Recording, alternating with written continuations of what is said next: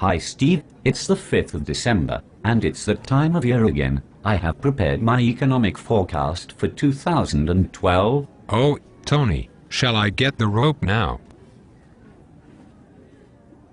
You know me, I am a harsh realist and tell it as it is. I am going to be honest with you, Tony. You do come across as depressing. Steve, I only want to prepare my friends for the future, because the future is going to be so different from the past. I am surprised that you have still got some friends left with all your doom and gloom. Okay, Steve, what is your assessment of the current economic position? We are going through a difficult period, but it is no different from a normal economic cycle.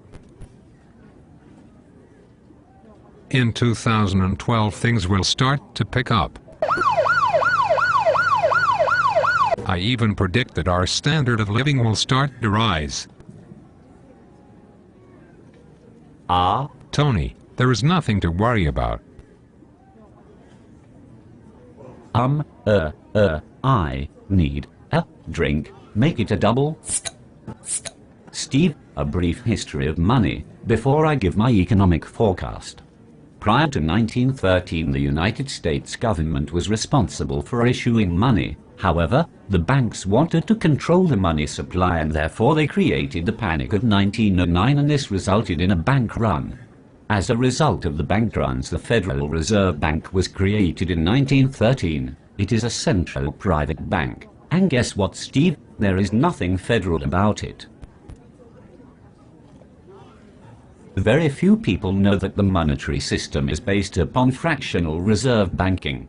At one time we had a sensible fractional reserve ratio of 1:9, but since the dollar was taken off the gold standard back in 1971, the fractional reserve ratio went out of kilter and today it is as high as 1:35.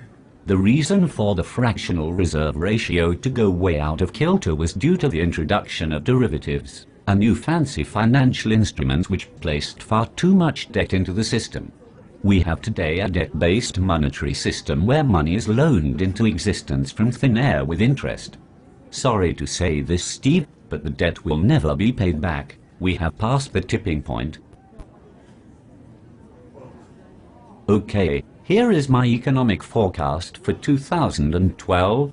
The stock markets will remain highly volatile. There will be major swings on a daily basis. The market will react to both good and bad news. The good news will be based on hope, such as a resolution to the euro crisis.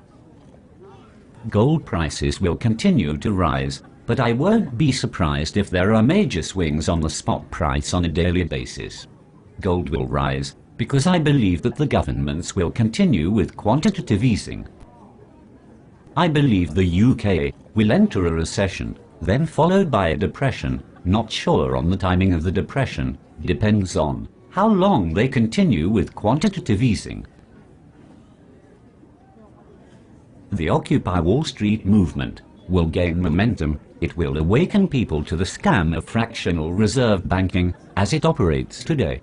Tensions will increase in the Middle East, and I would not be surprised if relationships between the United States and Iran deteriorate further. Major civil unrest will become an issue worldwide as the standard of living starts to fall significantly.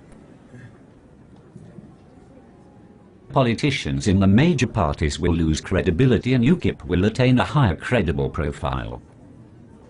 Stress in the workplace will significantly increase, leading to more people suffering from mental illness due to the pressures. The workplace will suffer worsening pay and conditions as global competition takes hold. Wage inflation will remain very low due to the high unemployment. However, price inflation will continue to be a problem, as I believe that they will continue with quantitative easing.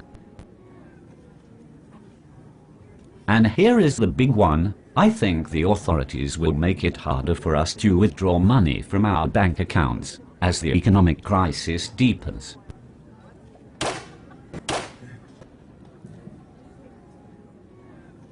Well, Steve, it was good to chat. See you again soon.